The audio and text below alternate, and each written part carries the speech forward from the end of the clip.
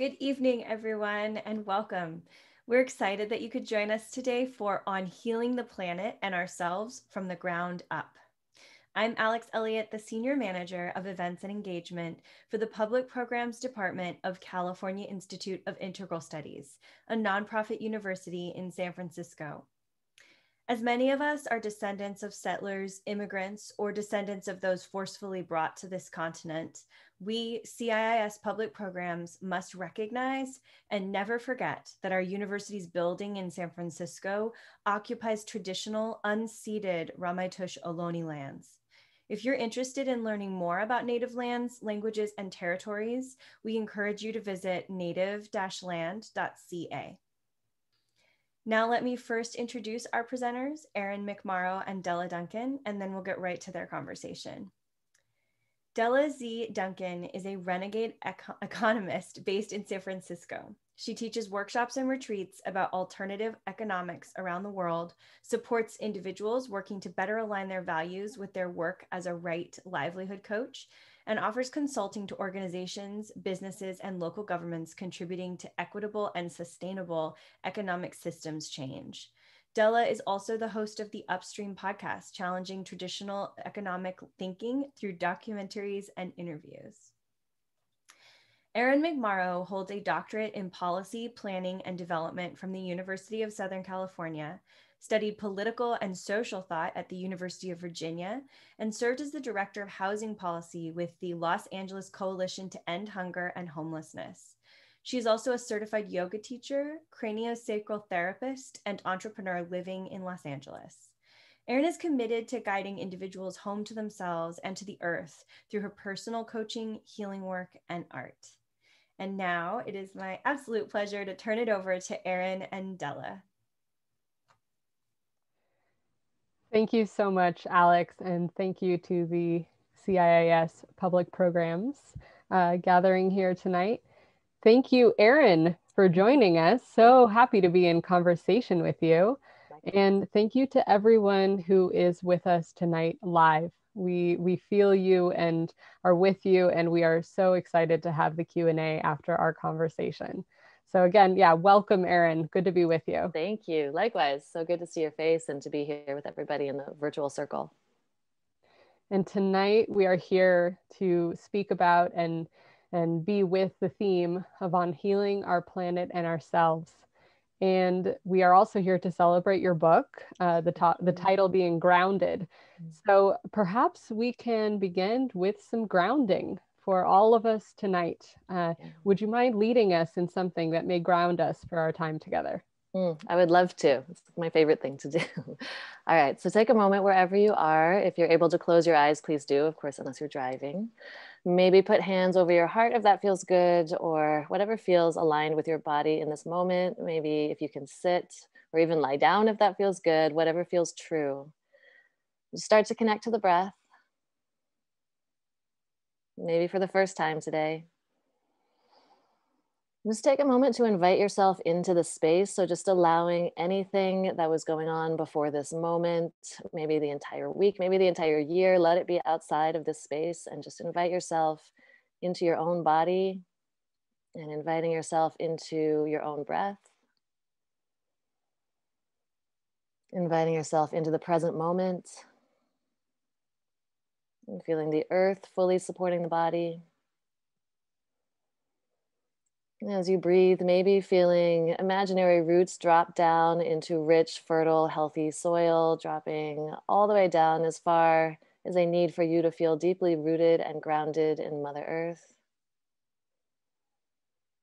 And as you continue to breathe, scan your body for anything that may not serve, and just allow it to fall away into the earth, out through those roots, allowing it to turn into compost, allowing it to transform into something that serves.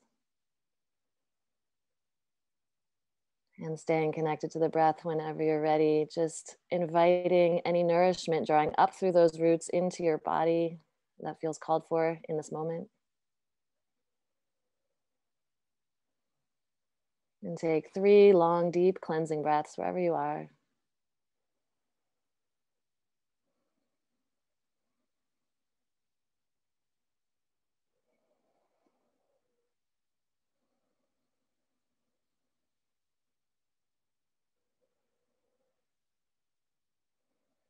And just calling in great mother energy, great father energy, team highest good. So anyone or anything who wants to be here for our highest good, our soul's greatest growth, the highest good of all involved, please be here with us.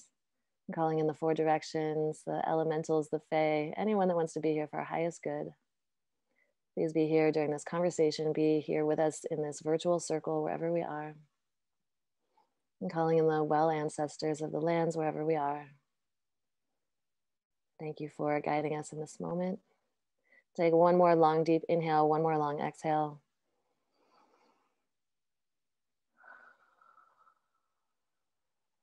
Just opening circle. Whenever you're ready, gently float eyes back open, coming back into the space. Thank you so much, Erin. Thank you. Thank you. And congratulations on your book. Thank you.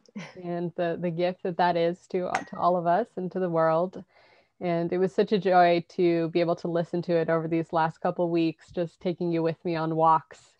So such a joy. So we're here celebrating the book, and I'd love for you to tell us a little bit about it. So the book, Grounded, a fierce feminine guide to connecting with the soil and healing from the ground up.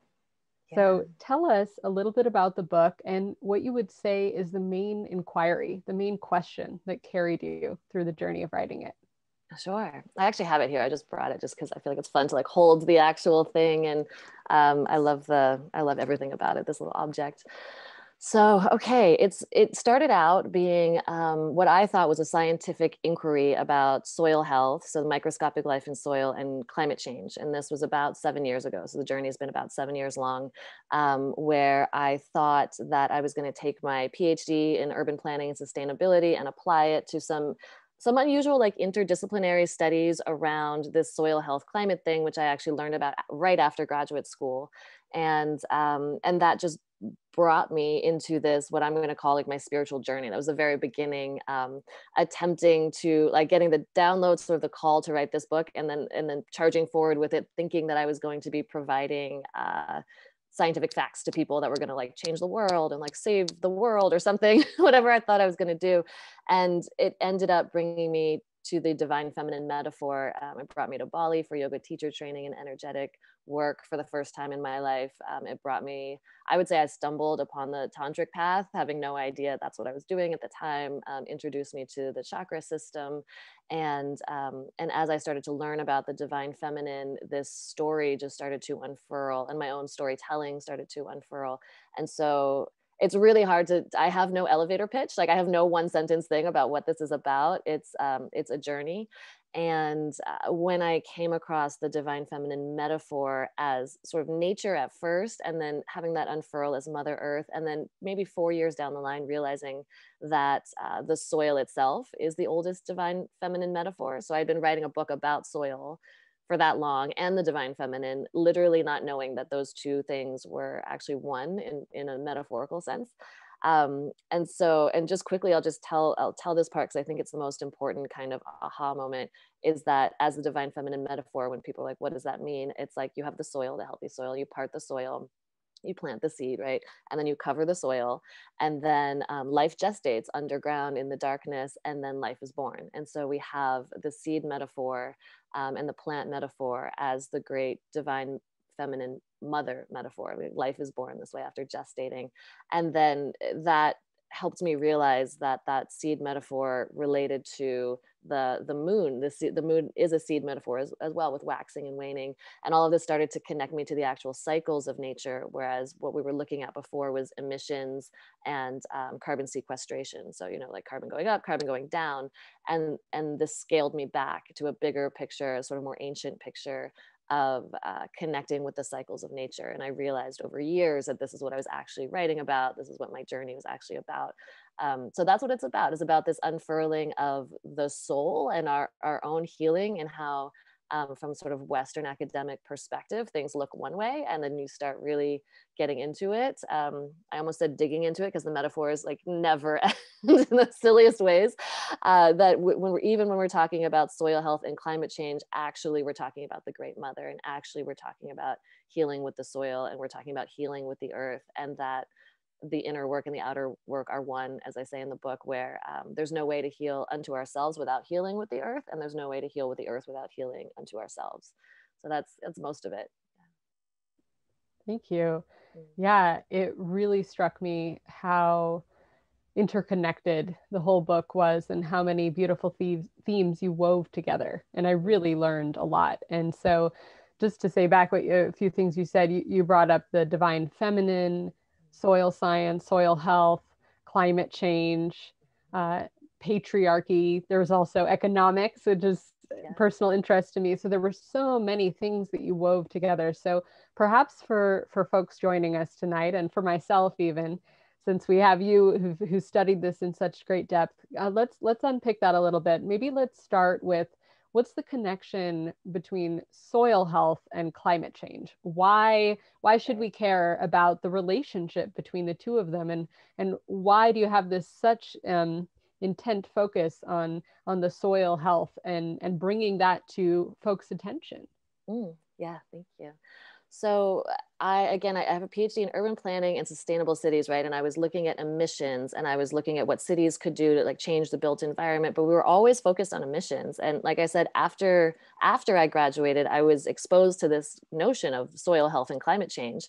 I was like, how did I get through 6 years of a PhD without understanding that there's this huge blind spot? There's this huge missing part of the conversation, which 7 years ago was the case. 7 years now, like fast forward, and this is becoming far more mainstream even, but certainly within the climate conversation, soil health and what we now call the regenerative agriculture movement has made a lot of headway in the last 7 years in terms of shifting the conversation. And the basic thing is that the soil is alive, and there's microscopic life in the soil, which many of us don't even think about. I don't know that I did that much before. I know gardeners do, but people like your regular person walking around, I never thought that much about it. And I came to discover that through industrial agriculture and a lot of the practices that we have with our soil and deforestation, pretty much anything that destroys plants and the soil, we are releasing huge amounts of carbon into the atmosphere through that act, not just through fossil fuel emissions or driving cars, et cetera. And so I started to look at that, and the place I landed with this was this sort of, again, the cycles of nature. The way that I break it down in kind of like the kindergarten level, so we can get a picture, is that it's like there's the soil, the earth part of the cycle, there's the air, the atmosphere part of the cycle, and there's the water part of the cycle in the most simple terms. And right now there's obviously too much carbon in the atmosphere. We know that. We also know that there's too much carbon in the oceans because they have been absorbing a lot of the carbon from the atmosphere, which not everybody knows, but it's causing what we call ocean acidification. And that's another big problem that's directly related to having too much carbon in the atmosphere. And the other part of this cycle is the soil, the earth part. And that's the part that doesn't have enough carbon. Because the thing is that soil, like healthy soil with microscopic life in it, holds carbon. It loves carbon. It needs carbon. And this microscopic life under the soil interacts with the carbon, and plants need the carbon. They pull the carbon in naturally via photosynthesis. And so when we destroy the plants, the forest, the soil, all of this carbon escapes, and then we're greatly exacerbating this problem. And when you look at it from a cyclical point of view that way, that it's actually looking at the sort of the broken part of the cycle, or the part of the cycle that is off kilter, and that's the soil. And so the way I started to see it is like the soil, actually the earth needs to inhale, we need to reverse this thing, take it back around by honoring the fact that there's something called the carbon cycle, which it's just these, it's extremely microscopic little things that are hard to think about. Carbon molecules are, moving around like the water cycle. This is the way I think about it, where it's like learning about the water cycle in elementary school. It's like, oh, the water never goes anywhere. It just moves around. It transforms. It becomes all these different things. That's essentially how the carbon cycle works. And so that's the really, really basic kind of elementary school version of how the soil is related to climate change. And then if you get back around to it, the plants themselves, as they draw in carbon naturally. And the process of photosynthesis, of course, has always been going on for all of time and is free. And what it is they essentially inhale this carbon in the most simple form, bring it down, bring it kind of through their bodies down to the roots. And we'll probably get into a conversation about mycorrhizal fungi that's slightly more complicated, but that they interact with this like fungal partner that then helps bring the carbon all the way down to the soil, providing the things that the microscopic life needs down there. And also in that process creates more space in the soil to aerate the soil. It helps the soil hold a considerable amount more water and like clean the water. And so all of these things sort of work together. If you think of like the forest floor and the way that it composts on its own, that's a kind of good visual to get a handle on what healthy soil is about. Thank you. Thank you for that. And let's go ahead and introduce another character in this third character, the divine feminine. So in your book, you go from really telling us about soil science and climate change, and then you bring in the divine feminine and patriarchy and historical perspectives. So tell us again a little bit more about the divine feminine, what that means to you, and how the divine feminine enters into that relationship as a metaphor, but also as a potential place for healing. Right. Thank you. So I've come to learn, again, by like sort of stumbling onto the tantric path, the beginnings. If you think of I get asked a lot about the divine feminine and the divine masculine. And as I've learned, it's these complementary energies that weave through everything, through all of life. And this is, again, kind of a relatively recent like learning in my life. And so the way that I've learned it is the masculine is more like a mountain energy. It's sort of there. It's the great protector. It's also an initiatory energy.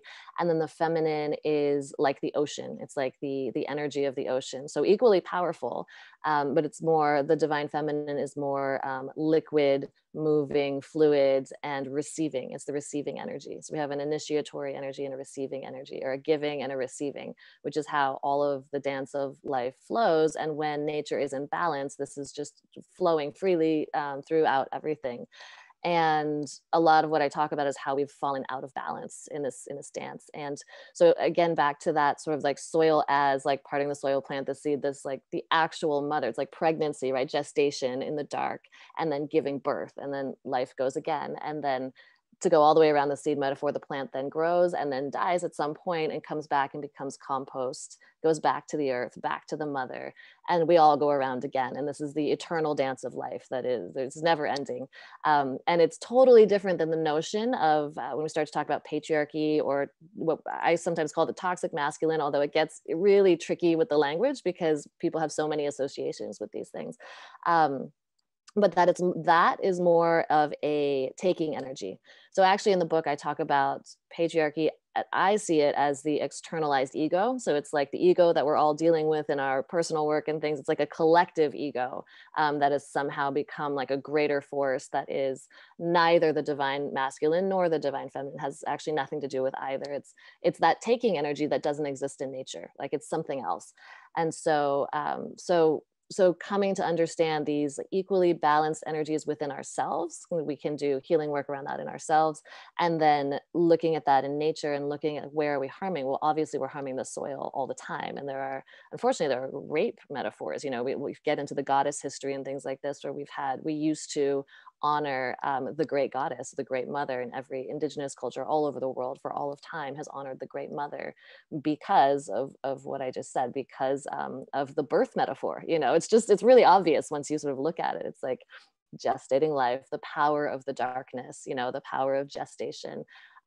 Where a lot of people honor, let's say, the sun as the source of life. And it's a source of life, but also the darkness is equally powerful. If we had all sun and no soil, you know, if we had no place to gestate, there would be no life. If we burnt out all the soil, there would be no life. Like it's always a balance between the two. So that's where the feminine comes in, and just the sense of the lost stories of the great mother, or the maybe damaged stories of the great mother, where whenever we started to tell stories that were harmful to her as a character, or to the goddesses as characters, we also started to enact it in actual literal violence with women and girls all over the world, and also people of color. Like I say that that all of genocide, unfortunately, and slavery, and all of these things where we think that we can own something, or if we can own people or land, we're out of balance in that way. And all of these acts are an extension of our harmed relationship and our being out of balance with the masculine and the feminine. Thank you, Erin. And you brought up your view of the ego. And I found this really interesting in your book, your both view on it and also how a more healthier relationship could be with the ego. Can you speak more about that? Sure. And this is also relatively recent in my personal journey. It's part of a internal healing journey where at some point, if we haven't learned this growing up, we learn that we are dealing with our own soul, our higher self, and also sort of another voice that is sort of our egoic voice, whatever that is.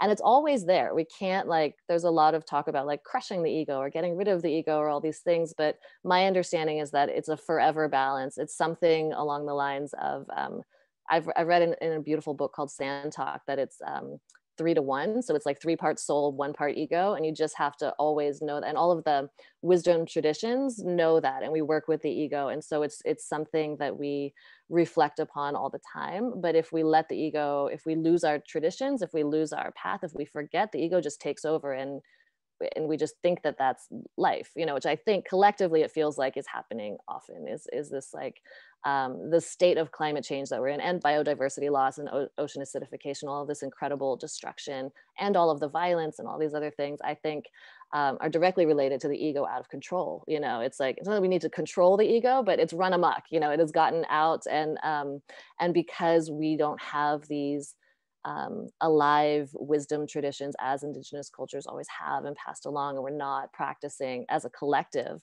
right now. I mean, many of us are obviously, like people watching this are pretty like, this is not new information most likely, but on the whole, there's, I think, the ego as what I would call patriarchy or the toxic masculine as a sort of entity that is doing things like mountaintop mining, extensive damage to Indigenous people still to this day. All of the violence to this day is an extension of that. It's like we've fallen all. I'm not going to say we've lost our way, because I don't think we're ever officially lost. I don't think there's such a thing as lost, but we're pretty far out of alignment right now, I would say, looking at based on outcomes, based on what we're looking at in terms of climate change and everything happening in the planet, and especially what we're doing to each other. The fact that we still have this much violence and hatred or reaction to each other is, I think, a reflection that we have a lot of internal healing work to do around what we would call the ego and the soul. I'm really hearing a call for us all to remember.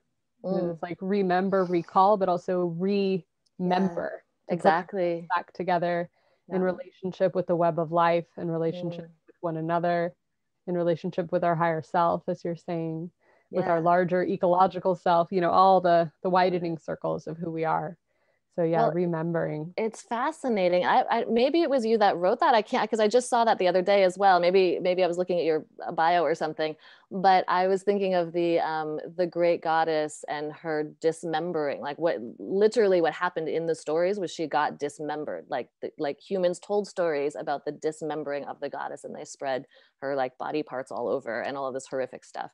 Where it's when we forget in that way, we dismember, and we disintegrate, and then there's a great remembering, which you can get into an interesting conversation about, like when I'm just arriving now with like the yugas and things like this, where there's a great forgetting and a great remembering, and there are these eternal tides that move through, which I think is actually very supportive. It's like, okay, maybe we're just at one of these points that is of a great forgetting, and we get to see how uncomfortable this is and how painful this is and how destructive this level of separation and forgetting is, and that it's time to turn the corner and come back on around and start to remember. Like literally, it's also remembering is like being embodied, right? I mean, so much of this is about like the lower 3 chakras and remembering that we are embodied individuals, like in people and animals, like unto ourselves and to each other, and remembering how connected we are, and that we in fact are nature. We are the mother as well. Yeah, in your book, you speak about that being in class and someone saying we are nature, and you really take that view on. And I'm wondering as you're speaking if compost remembers, right? If as things Totally, disintegrate and yeah. compost, whether there is a remembering of life throughout the cycles. That's true. I love it when new things arrive. I'm like, oh, I should put that in the book. Oh, I can't write it. But like, and thankfully the book gets to stay exactly as it is and there's no more editing.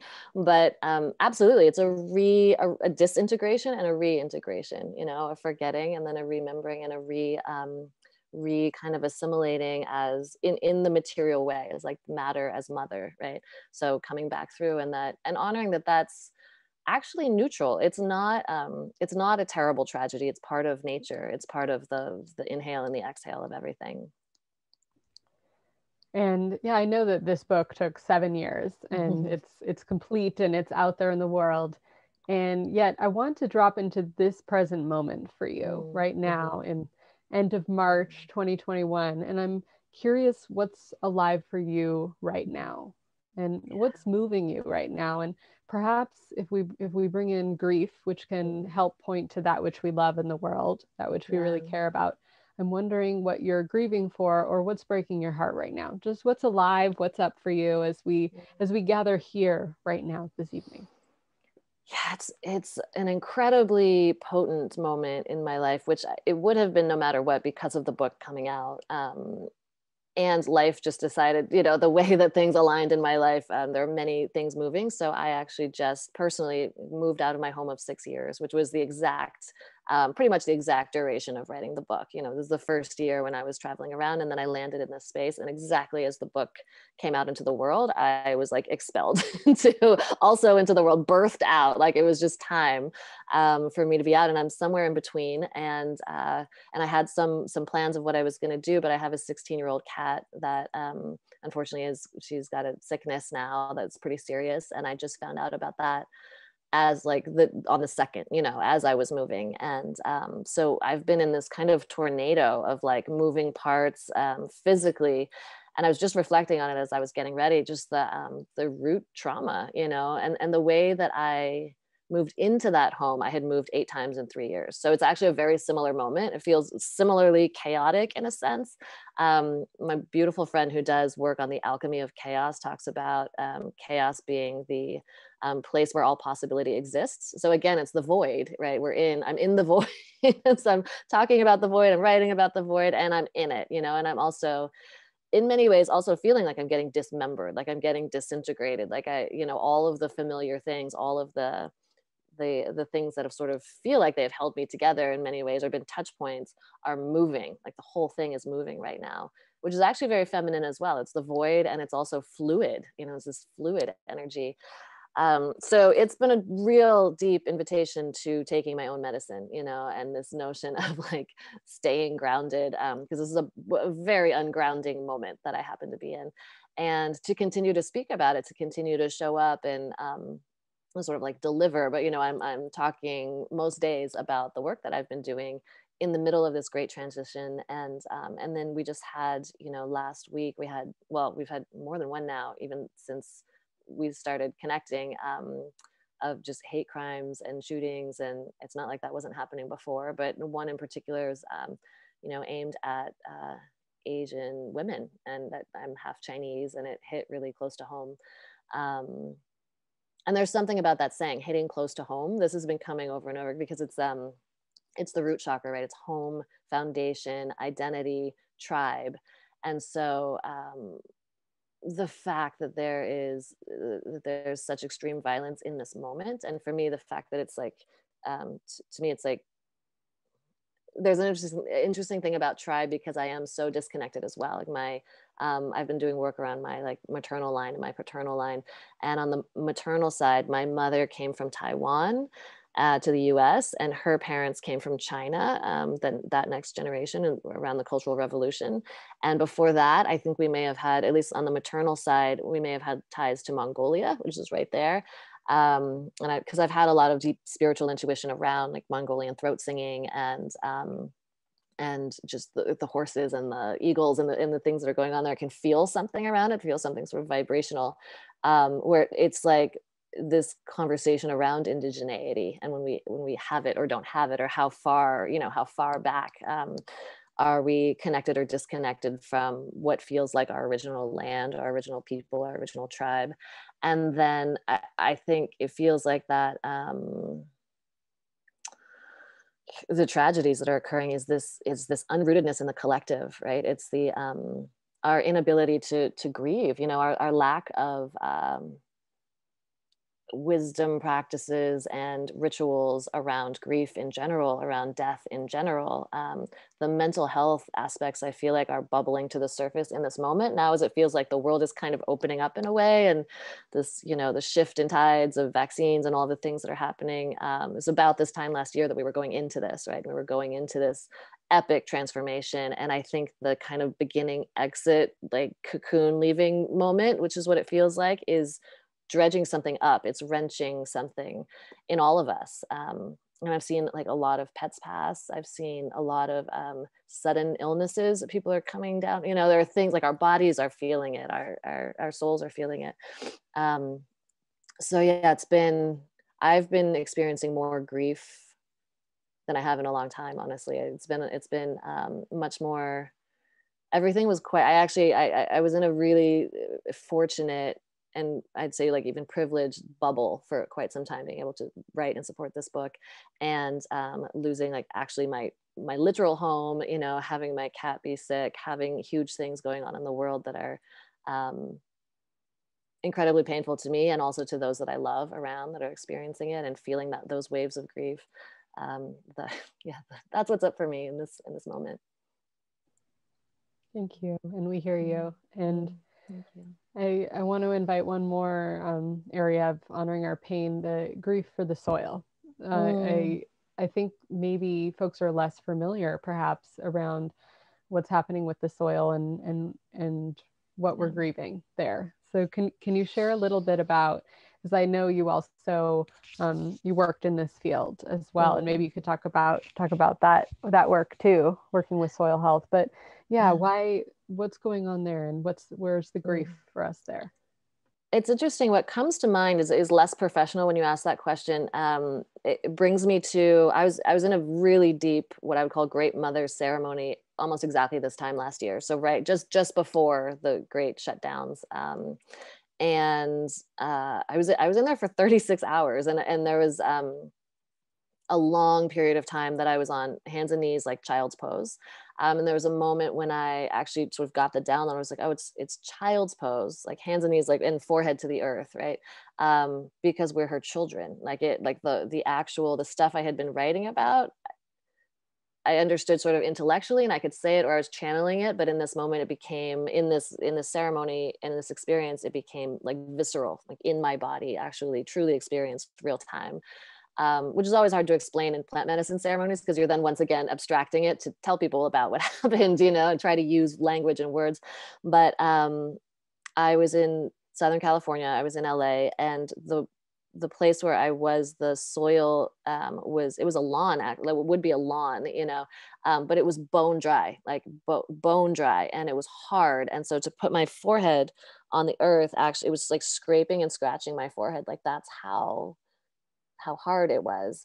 And I remember feeling it. I can feel it now, where it's like, it's so dry. Like it's not supposed to be that way. It's never supposed to be like compacted and hard and dry. There's no life there. It was gone.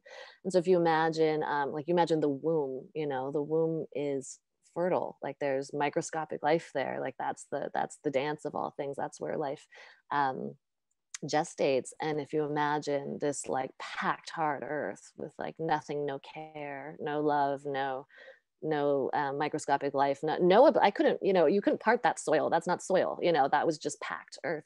I could just feel emotionally how painful that was for her, the mother, like her the way she likes to be is this like, is the forest floor, it's this rich like teeming with life ecosystem of things that do their things, and they compost, and it all goes around and around. And so the grief, I think it's in our unconscious collectively in a way that we're not fully recognizing, but it's there because we walk on her and we can feel it. And I don't know that she grieves I can't speak for Mother Earth, that's silly. Like I'm not gonna like put myself in her shoes, but I feel like she has, in that moment, she was actually very peaceful, because I was weeping and apologizing. I was like, we're so sorry. And the answer that I received was like, it's okay, you're children. Like, you're all like, that's what children do. Like, it's just, everything is forgivable and forgiven. Like, she's fine, like it's not the way she likes it to be, but it's like the lesson for us, the grief is really in our own hearts because we're the ones that did it. So if that answers your question. Yes, and I'm reminded of flying and looking down and seeing the patches of monocrops, sometimes when you fly, and I had a feeling of kind of scars across the Earth's surface, or even kind of rashes, like that these monocrop looked bizarre in their wholly calculated and very geometric shapes. So I hear you on that feeling for the soil and feeling with the soil. Yeah. So let's go into the soil then. You brought up the mycorrhiza, the fungi underneath. And so beautiful to see so many wonderful films coming out about mushrooms and books coming out about mushrooms. So tell us about mushrooms, why folks should care, maybe where folks can learn more, because it's such a hidden world, the wood wide web, I've heard. But there's so many beautiful also lessons that we can learn. I remember talking with a group of folks and saying, oh, what if we based our economic systems off of mycorrhiza fungi networks, where there's redistribution of wealth when a tree dies, and there's sharing of resources and information.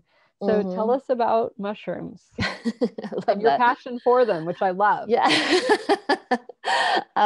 So many things come to mind at the same time. I hope I can like catch them all. But my first thought was the Fantastic Fungi book and movie, I think, are a great place to start if this is brand new information to you. I just think it's a really rich and well done piece of work. And Paul Stamets is obviously like Mr. Mushroom, like in his mushroom hat. met him in person once, and he is that person. So if you want to really nerd out about mushrooms, there are many opportunities. There are like groups of mushroom enthusiasts around the country, which I had no idea. There were mushroom fairs before, when we had fairs, but they'll come back. And then there's, of course, the relationship with psilocybin and like the magical mushrooms, psychedelic mushrooms, and the healing capacity of the plant and fungus kingdoms, and how they are so very much our teachers, where we're sitting here with our egos again, thinking that we can like control these things and that we can like kill them, and it'll be fine. And then actually they're sitting here sort of like patiently like teaching us, and just in their beings, in their existence, and then also sometimes like medicinally and ceremony. I learned about mycorrhizal fungi in the very beginning. It's like this sort of kindergarten like thing, like notion is that you've got your little plant, right? You've got your soil, and then like you've got your roots. And I always thought the roots were the things that did all that work. They do the sort of bartering that goes on with whatever's under the soil. And actually for most plants, this other thing, this mycorrhizal fungi, this like spider-like fungal network thing, that it's like white. When you like, pull up your soil, sometimes you see this white stringy stuff. That's what it is, if you have a garden out there and you don't know. And it is the middleman. It's like the in-between, and it actually very much assists the plants and its roots in this bartering network. And so this mycorrhizal fungi is essential for all of life on Earth. And it's essential. Gardeners particularly know this. I love this about, they're like, oh yes, because they buy the things and they put them in there to help their plants, right? But in like industrial agriculture, for example, and over-tilling and the number of things that we're doing that are harmful to the soil, we're actually like over-tilling, for example, it's like if you cut through those thin spider-like threads, you can eventually kill them, right? And that is a huge part. If you imagine those wonderful little things are dying off, then what's happening is all of that carbon that was being brought down and being stored in the soil in this healthy, wonderful kingdom just sort of dies off and then releases back into the atmosphere, and then it's exacerbating this problem. And so yeah, you've got down there, you've got like cute things too. You've got like your nematodes and like your worms, You're like all of these crazy, like you get into nerding out about microscopic life. It's really something. So yeah, and then also this love for the fungus kingdom, because it, whatever it is, brings so much, and we don't even know. It's a very strange, huge kingdom, where it's like there's so much we don't understand about it. And I think that's why when you really get into it, you go to like a mushroom fair or something, like all the different kinds and the different ways that we have identified them, and the ways that we can eat them, and then the ways that we can work with them in ceremony.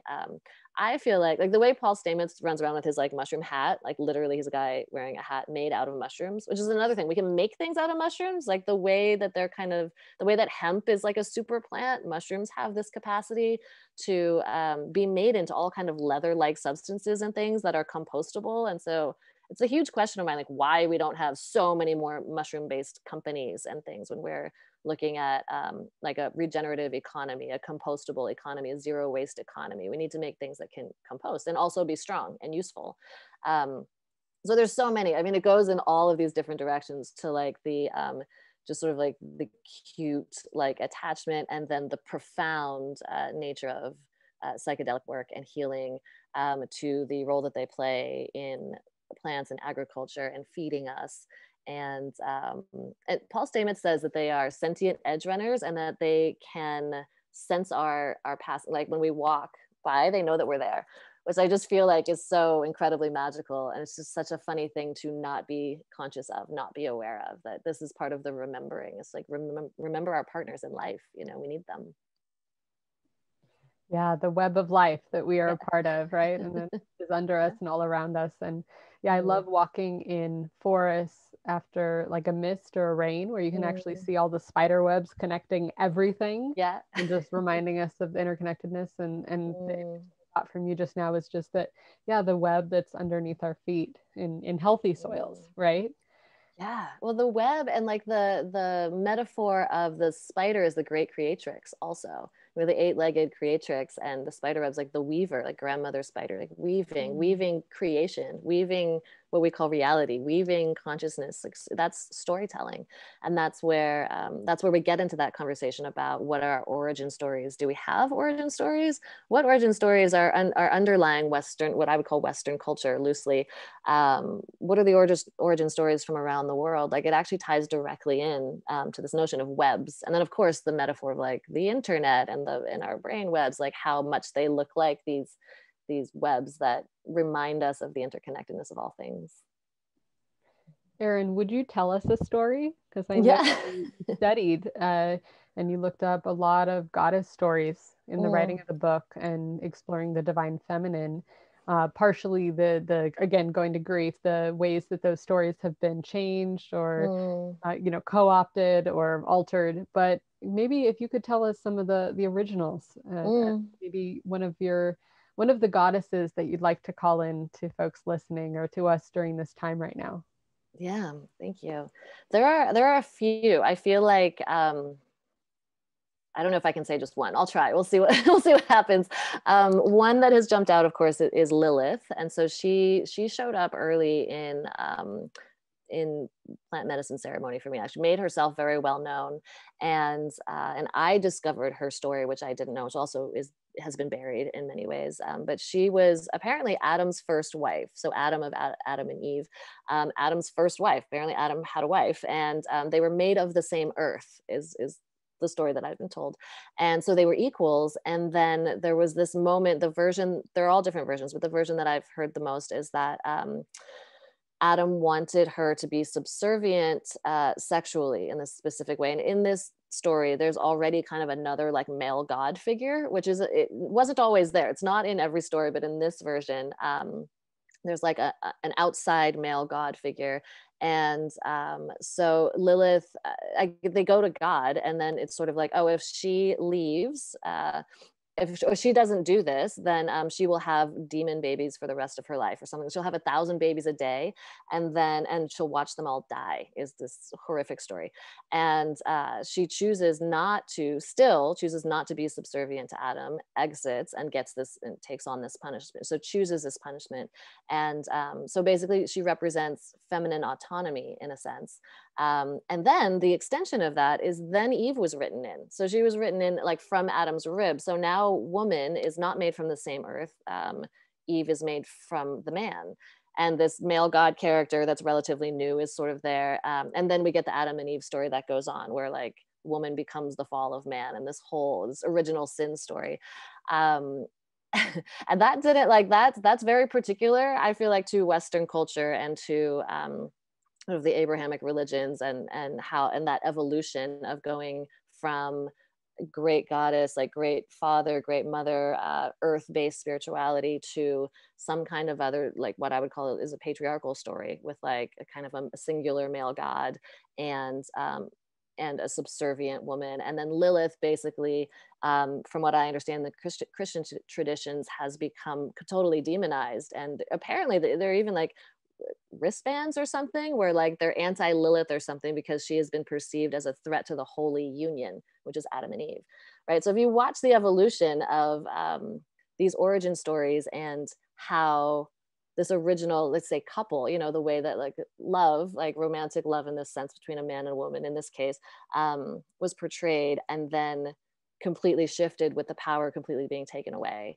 and with her suffering. So she's been vilified as this demon for all of this time. And I put her in the book because I want to reclaim her story or help her reclaim her own story, which is that actually she's a symbol of feminine empowerment and autonomy and choice. And she took on this horrible fate to choose herself, which is unbelievably powerful.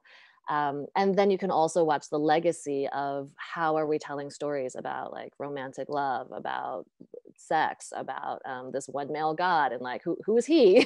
Where did he come from? And when did all this get written in? So that's one big one. And then I feel Hera coming in. So it was like Hera and Zeus, right, of the Greek origin stories. And apparently Hera was in indigenous Greece, like pre-Hellenic Greece, Hera was a triple moon goddess unto herself. So maiden, mother, crone, you know, these much more ancient sort of notions, again, to the moon, the seed metaphor, the maiden, mother, crone is all sort of written into these origin, cyclical nature related stories and origin stories. And she was the great mother. She was the great goddess. And then some people came along to like take over again. And now we're talking about private property. We're talking about conquest. We're talking about colonization. Somebody came in and wrote in Zeus. So Zeus didn't exist. If he did, he was like a much smaller character and he was not her partner. So he was written in as her partner. And they wrote him in as a rapist. And so he became like the origin story sitting at the base of what I'm going to call Western culture is a rape story. And so he was this like philanderer. He was a shape-shifting rapist. This is like our great god, right? This is like one of the original sort of like male god characters. And again, these are origin stories that actually aren't that old. You know, I think relatively speaking, I think we forget in Western culture, because these stories have been kind of planted or made as if, or like parenthesized as if this is all of time, which is really silly. Like this is a very small period of time actually relative to all of time. And what's existing around all of this of all of time is the great mother and in all of her glory. And in this little parenthesis, we've got this like awful character, frankly. And then Hera in this situation never leaves him. So she stays by obligation, but she gets written into this sort of like jealous woman who like acts out on all of these other goddesses because he's running around like raping and doing whatever he's doing. And so she takes it out on all of them in this whole line of mythology that we have sitting now in our subconscious. You know, we've said however many thousands of years, we've got these characters written in this particular way, which strips power from the great mother, strips power from women, places rape metaphors there, and gives all the power to this person who's enacting these terrible crimes, and then creates a caricature out of the wife, you know, or whoever that character is. And so for me, I mean, I can feel it now. So I talk about grief and rage in the book, because I'm like, when you get to this point in the book, you probably, most likely, you will, if you're connected to it, you'll feel grief and rage. And I offer some exercises and some ways to kind of manage what happens when we suddenly become conscious of this storytelling and the through lines and the way that things that may seem not so relevant are actually immediately relevant to what we're doing now, to like mountaintop mining, you know, and harm to indigenous peoples and lands. Like there's a direct line to how we treat women and girls all over the world in terms of violence, in terms of lack of education, and it goes on and on. So those are the ones that there's another one. Do we have time to do? So Vesta is another one, and she was the keeper of hearth and home, as I understand it, and keeper of the sacred flame. And she was also she led the Vestal Virgins, who were sacred sexual priestesses. And this you know, I talk a lot about sexuality in the book, actually, and it's about sexual healing. And again, we're talking about the tantric path. We're talking about the balance between the masculine and the feminine. We're talking about the second chakra. So we talked a lot about the root chakra, and like the first one, and home, identity, foundation. And we get to the second one, it's creativity, sexuality, money, and sexuality as the creative life force of the universe, the creative life force that runs through everything, and that runs through all of nature. Like if you look at nature, it's very sexual. Of course it is. It's reproduce, you know, it's the nature of nature. And so she oversaw the Vestal Virgins. And at some point, once again, with like an actual like physical takeover, an actual sort of like colonization, the way that she was worshipped got broken apart, and she was separated from the virgins, and the word virgin was co-opted and shifted to what we know now. So virgin used to mean woman unto herself, or something along those lines. And as sacred sexual healers, their role was sacred. It was incredibly important to have these sacred sexual healers, and their roles got split in two. So they were told that they could either they could keep their role as sort of nuns, but they had to give up their sexuality, which would make them then virgins, like not having sex, which was a new definition. And if they did that, then they could keep their political power and their money. And so apparently, like the word Vesta, her name has been rolled into the word investment. So we're talking about, as we look at, you know, the state of capitalism and what, how that is playing out in the world, and this word investment, and the way that we think about private property, which is the way that we think about land, and the way that we think about people.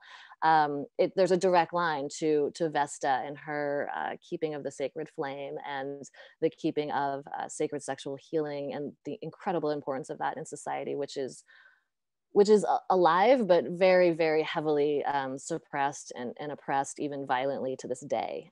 So yeah, I want to bring back, I mean, just bringing these great goddesses back and their stories, and unpacking these, I would say, devastating rewrites that we are continuing to live out and play out in society, because we've left it in the unconscious. And so it's running the show until we take those stories back, rewrite those stories, claim our power, give power back to the goddesses to which, you know, they once belonged, and remember. Yeah, remembering the goddess stories. Thank you. Yeah. So I really love this metaphor. It's called the upstream metaphor, and it's one where the metaphor comes from, I know it from public health, where you imagine you're standing at the bank of a river and you see someone float by who's drowning.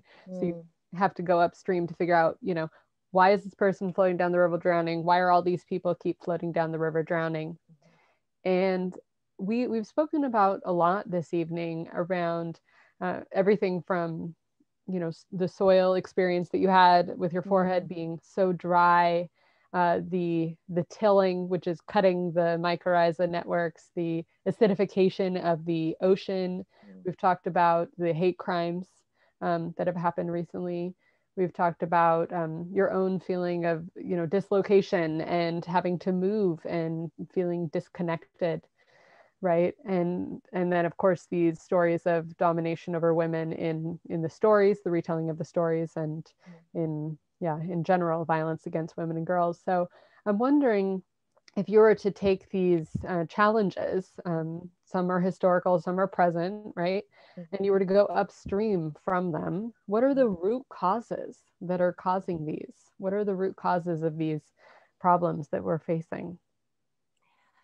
I mean, I think it takes us right back to those goddess stories that we're talking about. So somewhere, and this is interesting because I think it's impossible to pinpoint. I have tried to chase it around kind of historically.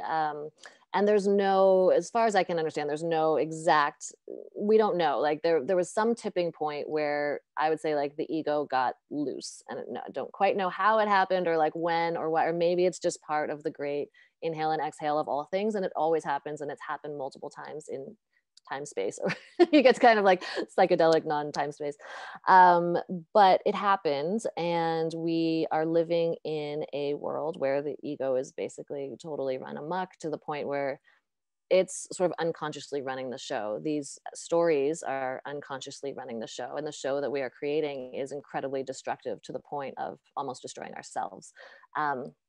And so it's right in that juncture of wherever we went from living in harmony with nature, living with earth-based spirituality and wisdom keepers and ceremony and ritual and plant medicine, working with plants, listening to the plants and the animals, remembering and living in balance in that way, and having when we would fall out of balance a little bit, there was a community or there were ways to help reinvite us back into balance and to stay. But when that thing tips in the collective, then then we lose track, and then we have lost our ceremonies and things, even to the point where the wisdom keepers, the actual humans, the people who were connected to the land, then have violence enacted upon them to try to erase those ways. And we talk about like the criminalization of plant medicine, right? We have like, look at how much stuff is legal, and then look at this incredible healing modality for humans that is criminalized. Like, that's astounding what we have done in this huge reversal.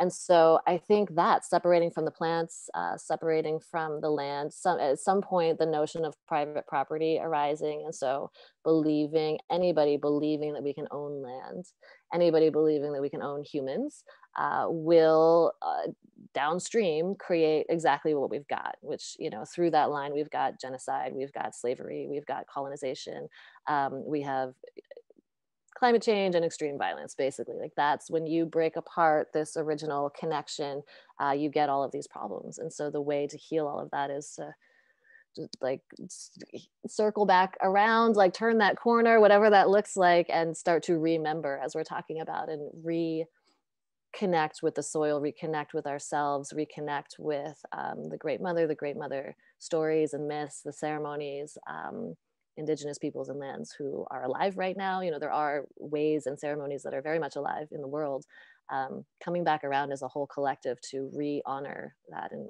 remember and humble ourselves and be taught, instead of thinking that we've got anything right. Because right now we're I feel like we're pretty far out of alignment. We've got a lot of things that we could really learn, rather than thinking that we know what we're doing. Yeah, thank you. So yeah, I heard, the separation, the domination over or power overview, the objectification, and then commodification, ownership over. And then I love that you're now moving into where I wanted to go last, which is the how to heal, how to remember, reconnect, re-honor, as you said. So let's go over some, let's call them invitations for ourselves. As you said, you're taking your own medicine right now as you're going through this difficult time as you move. And I know I will appreciate these as well. But for all of us listening, all of us this evening, let's go through some invitations. So the first one, working with the ego, because I too read a lot about the ego, and I understand it's important to notice, right? To be aware, mindfulness of ego. But then what? How do we work with ego, in your view? What would be some invitations for folks to take this on as an invitation for their life? Yeah, thanks. Okay, so it depends on how much experience we have with it. Some of us have practiced this a long time. Some of us are brand new to it. I think if you're brand new, just starting to listen, just sort of drop in, recognize that it exists at all, that there's more than one voice going on in our heads. And we could start the tarot teacher, Lindsay Mack, teaches this incredibly well. It's like, how do you tune in? She calls it like radio station 1 and radio station 2. And there's like, the voice of the ego is often maybe criticizing, sometimes yelling, directing, you know, there's all kinds of ways you can start to recognize its voice. And the voice of the soul is often guiding, inviting, sometimes whispering, and it's always guiding us to our highest good. And the ego is often operating in fear, and so we've got this sort of thing going on. And the soul will be guiding us towards love, right? Even when it takes courage, and the courage often comes in having to face the ego. And because the collective ego is so strong right now, the collective ego, I think, is feeding the individual egos. And so to actually have the courage to be on the soul's team and like walk with one soul, you may have to really face down that ego, you know. There may be a lot of work there. So that's one, just sort of getting a sense, starting to navigate, you know, realizing that this thing is here and getting a sense of, when am I listening to my sort of intuition, to my higher self? When is the ego jumping in? And then starting to invite oneself to be in one's higher self more often. And whenever that ego hops in, or whenever, like sometimes we can go a whole day or some long period of time in the ego, like just operating straight from ego. And whenever we sort of catch that, you know, just being gentle and forgiving of ourselves, of just the fact that like that happens, re-inviting ourselves back around. I put a really beautiful self-forgiveness exercise in there, which I learned from a wonderful coach of mine.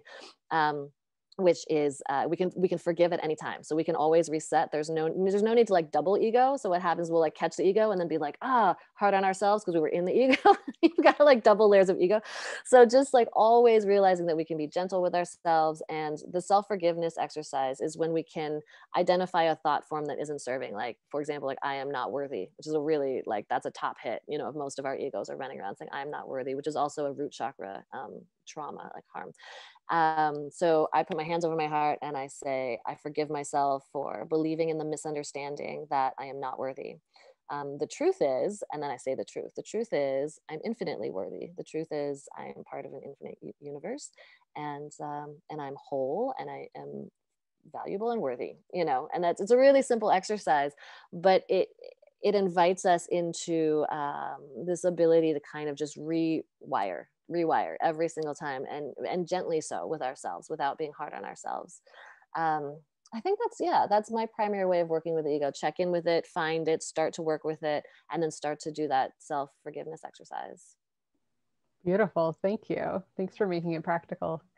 And the next one I'd love to ask is around the soil and climate change part. And I'd love to ask this for invitations of the individual behavioral, but also of the systemic, right? So what can folks do personally in their own life? But let's not leave it there. Like, what are the maybe larger movements or even bills or policies or, you know, international laws that would be really supportive of a more healthy soil and a more stable climate and planet? Yeah. So I think the simplest thing is start to compost, which may not seem that simple, depending on where you are. It could be very simple for you. You may already be doing it. If my agent actually learned in Manhattan that she could just go to where she already goes to her farmer's market, and she could take her clippings, her food clippings, and just drop them off. And so she was able to like keep them in her freezer.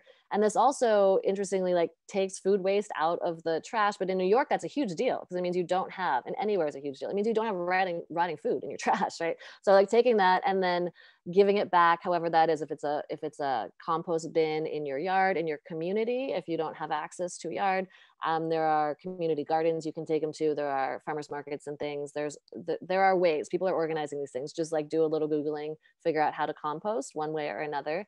Also, the food that we purchase, like, we've heard this one before, but even eating organic is better than not. But I would say if you can get to farmers markets, if you can talk to your farmers, if you can get to know them, if you can ask them how they're treating their soil, and even better, just you can search now regenerative farms. So Regeneration International is a great organization. Kiss the Ground is a great organization. In Detroit, there's a wonderful one called Detroit Dirt, where they collect actual organic matter and give it back. So those really basic steps, like just sort of paying attention to your food, where it's coming from. And then policy, a lot of it's local. So it's also like helping to get municipal compost going. You know, San Francisco has a great system. LA's been working on it. New York has been working on it, but in many places there's not one at all. If you're like a small homeowners association or something, you could start compost. Like there's a million different ways. And there are, again, I would follow these organizations to get the ins and outs of the higher policy stuff, because it changes all the time with administrations and things like that. So there's probably new stuff happening, but follow your policy, local, regional, state, and then get into contact with these nonprofits that if it's too much research for you, get into contact with them, but also just support them. You can donate to any of these organizations that are helping to heal the soil. Vote with your fork, whatever food that you're purchasing, whether it's restaurants or farmers markets or whatever it is.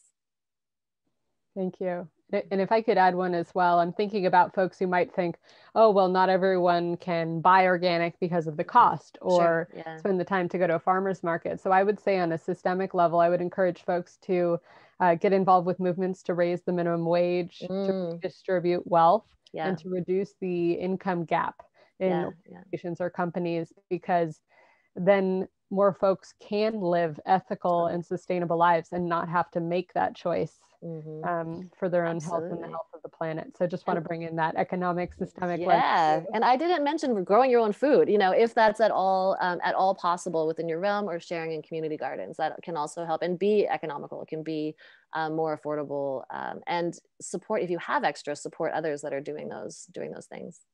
Thank you. So last question before the Q&A. So if folks are thinking about questions, now's the time to get those in.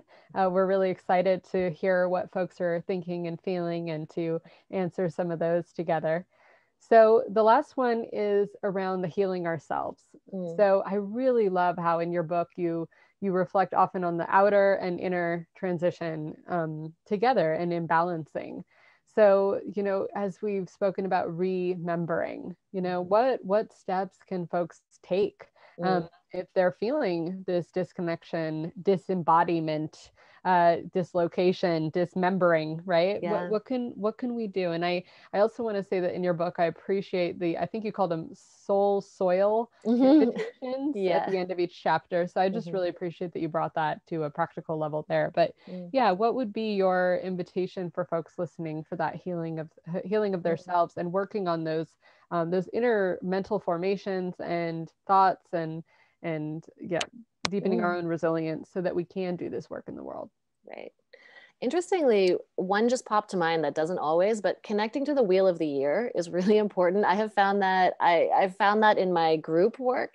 And then most recently in this time of great transition, I'm realizing how easily it can go out the window and how grounding it actually is. Like it's easy when I was sort of more stable, that it was like, okay, I'm following the new moons and the full moons, and I'm setting intentions on the new moon, and I'm releasing things on the full moon. But now it's an incredibly important practice, and honoring the equinoxes and things like that. We just had an equinox, but on a really simple, personal, individual level, like taking 3 breaths sounds really not that interesting. I feel like people have heard, it's not like you don't know that, but actually doing it, like actually, you can set a timer on your phone for once an hour or something like that, and literally just stop and take 3 breaths. It's a tiny meditation, and it's a moment to kind of notice the ego running around for that, and just like a tiny pause, 1 minute meditation, if that, I found that to be incredibly powerful, and also easy to forget when things start to get really kind of wild and like haywire. And then literally taking your shoes off, putting your feet on the earth seems like often people won't do this because it seems too simple, but it's like, no, that's the thing. Like that's when, especially when it seems like you don't have time, like doing that thing and getting that literal grounding, that like earthing connection to Mother Earth. And then those exercises with the ego that we talked about before, self-forgiveness, I find is one of the most powerful things that I've ever learned. And I only came across that exercise a few years ago. So I'd been doing other kind of personal work for a while. I found that was like the missing link. Like that was the key that would help me really to just clear thought forms over time. And so when you're starting to work with unhealthy thought forms, things that are not serving, and really letting them go and self-forgiving, that's when the work starts to really gain traction, if you're a little more advanced, and if you've been doing it for a while. Thank you for all those. That's beautiful. So now we're going to turn to the questions from the audience. Thank you, folks, for submitting those, and there's still time, so please submit more. So our first question is, from the audience. It's an anonymous person. Do you observe a relationship between folks having a hard time grieving and our disconnect from the divine feminine? So it's around the divine feminine and that connection with being unable or having a hard time grieving. What's the connection there? What's the relationship? Yeah, thank you. That's a beautiful question. So the divine feminine in this sense is the receiving energy, right? It's the yin. If you think about the soil receiving, and if the masculine then would be the giving. But if we're in the receiving mode, like water receives, that's also when we slow down. That's also the darkness. That's also gestation. And if we're in the sort of sun masculine, we're up and out. We're initiating, right? It's the opposite energy. And so I have found, for example, with this process in myself and grief, where like in this moment, I have a lot more up and out than normal. You know, I'm giving a lot of interviews. I have a lot of like things to do. Whereas as a writer, I had a bit more flexibility. I could work around these things a little more. This is like, okay, schedule, you know, if you have small children, if you have these other things going on, our society is geared towards up and out. And so if you have, let's say, a busy life, which most people do, that ability to slow down and grieve, it can be really challenging because generally speaking, we're not honoring the yin as a society. That's also like the winter, it's winter in general, it's winter as the season. We're talking about the wheel of the year, but it's also like the winter phase of the menstrual cycle is the bleeding phase and the releasing phase, where as a society, we collectively do a pretty terrible job. One of just helping women like learn any of this. I learned about the magic of the menstrual cycle just a few years ago, you know, like in my late 30s, which is astounding. I could have been working with, it's so magical. I could have been working with it my entire life had that been part of our culture, or I could have gotten the information somewhere. It was like in my time kind of becoming a more like witchy woman, like coming out of the woo closet is a whole part of this book, where I was in a very like hard and fast academic life before that, where it's like output. And that's extractive, you know, it's like pulling out and away from us an energy. Whereas now that I've learned to stop and slow down during my fall and winter phases of my cycle and honor those phases of my cycle, like that's when I'm most receptive. That's when I'm most psychically open. That's when I get downloads. And if I don't have that time, I'm overexerting and I'm over giving and I'm extracting. So grief, I feel like, can only fully land when we have that slowdown period. Like our bodies will store it, or we'll do something with it if we are in this up and out mode and we can't feel, we get numb. And then it kind of shows up somewhere down the line when our bodies are finally able to slow down. So that's how I see the relationship. Thank you. And yeah, I would also encourage folks interested in grief to, if it feels scary, to let themselves slow down enough to feel the pain for the world, to look for some grief rituals or some collective experiences, something like the work that reconnects, for example. Yeah. I've just found it can be very beautiful and helpful to grieve together, to know that your pain is shared and not alone, and also to be witnessed and held in your grieving. So just wanted to share that as well. So we have another question. This is a question for you around how can we expand this idea of folks who don't identify as women, how they can connect with the divine feminine. So, because your book is called Grounded, a fierce feminine guide. So, you know, it's not simply for women. So can you expand on how people who don't identify as a woman can connect to the divine feminine? Yes, thank you for that question out there, whoever you are. Thank you. I think in the very beginning when I introduced the concept, I think it's on page like 2 of the feminine and the masculine, that it has nothing to do with gender. In fact, these two are energies, and they are like the mountain and the ocean. They are archetypes, you know, they're energies to work with, and that we all have both energies within us, no matter like however we self-identify. We all have the masculine and the feminine, and all of nature also has the masculine and the feminine. And I think the way, you know, our culture, the baggage around that, because of the way our culture does gender, that's why things get confusing. That's why it's a really important conversation. So anybody can identify, and actually, there's been some really beautiful work around like self-identified men and healing with the feminine as well. Like this is definitely, it's not related to gender, not exact to gender. It's the best way that I think about it is that when you start to drop into both energies and start to like feel them into nature as well, it's that receiving energy, that giving and receiving, you know, recognizing that nothing in nature is taking, nothing is extractive, getting in tune with that in ourselves and in the larger sense. And also that cyclical, the menstrual cycle, like you don't have to bleed at all to work with a cycle. The moon is a great thing to follow in terms of the seed metaphor and the waxing and waning. It's the wheel of the year as well. Like, it's not specific to women at all, or self-identified women, and it's not specific to childbirth and childbearing. There's sort of like the literal sense, and then there's so many different kinds of birth, you know, and we're birthing and dying and grieving, you know, all the time in these like micro ways every single day, and then throughout our lives as well. So becoming in touch with these things is, to me, much more about becoming in touch with these like these energetic archetypes. And then of course there's the literal, you know, giving birth and of the actual literal baby. But I'd like, for me, this book, for example, is a creative baby 100%. And there's the metaphors are like, there's sort of breathing, there is grieving, there's a breaking open, there's also the creative life force of the universe is, and our sexual life force is it's that living, birthing, dying metaphor that goes over and over again, that is not specific to anybody's specific story. It's just like the creative life force that ran through this book. It's like the book had its own soul, you know. The book is obviously genderless. So it's just, I've been learning about this entire time, and it's such a beautiful conversation, because I think our whole society would do well to learn about these sort of equal and opposite archetypal energies that run through everything and that are not attached to gender. Thank you, Erin. All right, our next question is from several our audience members. So many folks with us are wondering this, and it's a powerful one. So the question is, how do we find strength to keep fighting when it hurts so much to watch our home in so much pain and destruction? How can we find joy and happiness in the face of all of this?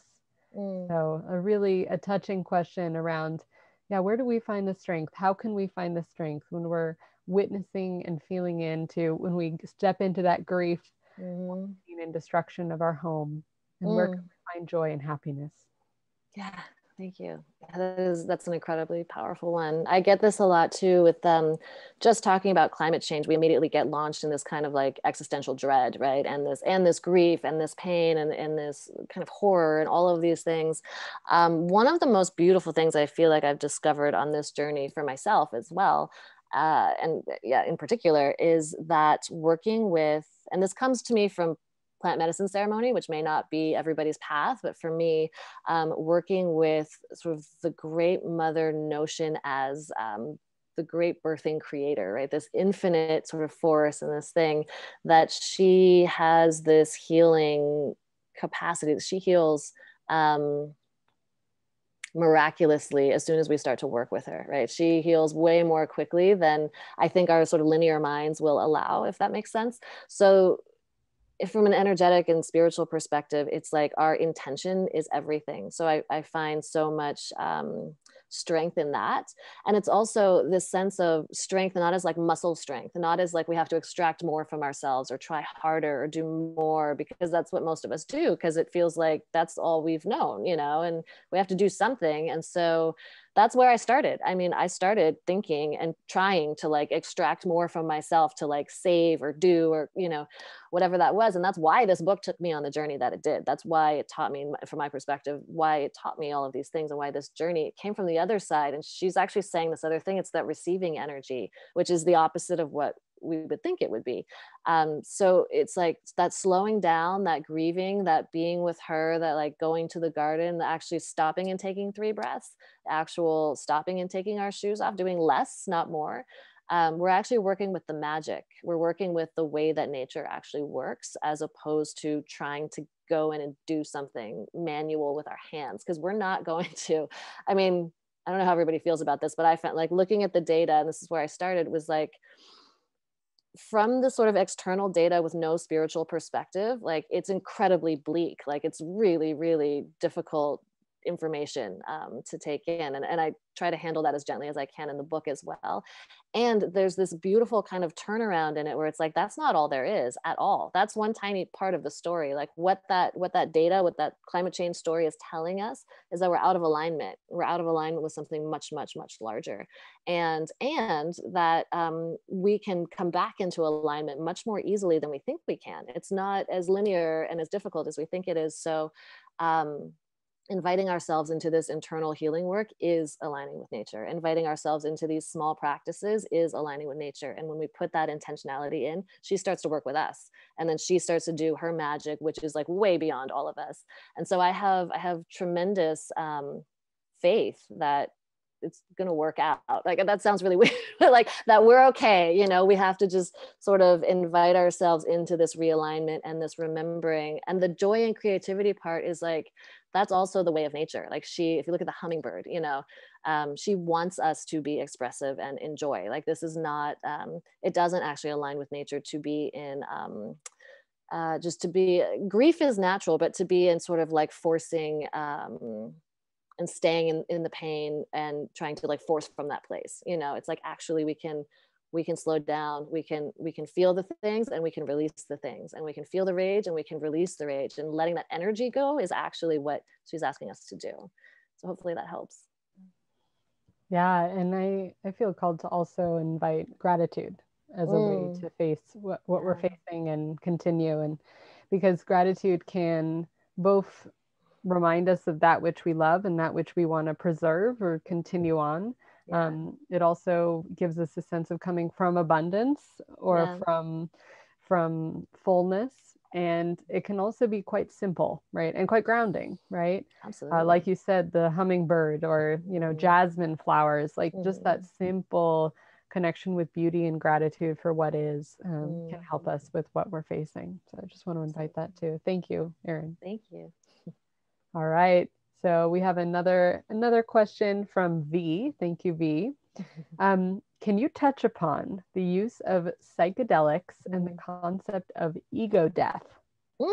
So, and I just want to, you know, bring back that you've said that you've been in many ceremonies, plant medicine, and you brought up psychedelics. So beautiful question. Bring us back to that concept of ego. So psychedelics and the concept of ego death. Wondering what your thoughts are. Sure. That's a great question. Thank you. Well, I feel like back to that sense of ego, sort of death, if treated in a way of like crush the ego, get rid of the ego, as we mentioned in the very beginning of this, I think it's more like work with the ego, right? Recognize the ego, be grateful for the ego even. You know, the ego is never leaving us from what I've learned and from what I feel like I know. Who knows what I know, but from what I've learned, the ego is never leaving us. We're always working with, that's part of the journey. You know, the dance with the ego is part of the journey. Psychedelics, I feel like they help us get out of the ego for one thing. They help us recognize and see the ego. I have found that working the two together, like mostly this sort of inner work that I'm talking about and this self-forgiveness work and this checking in with the ego, like meditation is a great practice for this, to start to notice the ego, notice our thoughts. And we start to notice our thoughts, and then we start to do this inner work around, let's say we have a contraction, like something is bothering us, that usually we can find our way to the thought form that is leading to that discomfort, and we can start to kind of work these things through. And that's all without plant medicine. Like that's all like actual just kind of like inner work that we can do on our own, and then that self-forgiveness work.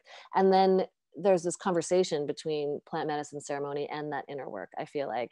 And I've never done it any other way, so I don't know, I can't speak to anything else, but my journey has been very much about like these principles apply exactly the same way in this inner work as they do in ceremony. Like it's the same set of concepts. So when you're in ceremony and we get invited into all sorts of spaces, but maybe we get invited into like noticing that ego or trying to hang on to something when that ego is trying to kick in, like the sort of rule or the invitation is to surrender.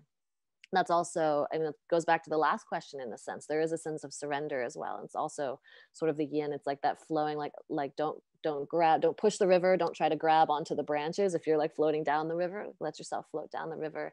That ego will kick, you know, like that. And like plant medicine is where often that ego will try to grip onto the 3D as hard as it can and try to convince us that that this is all there is. And the medicine is there to remind us that there's something greater. And it does take surrender, and it takes humility, it takes gratitude, it takes all of these tools. Like it takes breath. One thing to do inside of ceremony from my experience is breathe when it's if we're facing whatever might be called ego, I'm air quoting ego death, but breathe and surrender, breathe and surrender. My directions were breathe, surrender, find the earth, find the earth, find the earth, when you're in, and that will teach you. Like that's, again, plant medicine is so hard to like put into words sometimes when it's such an experiential thing. But also for those people out there who maybe haven't gone or experimented with plant medicine, and entering into ceremony,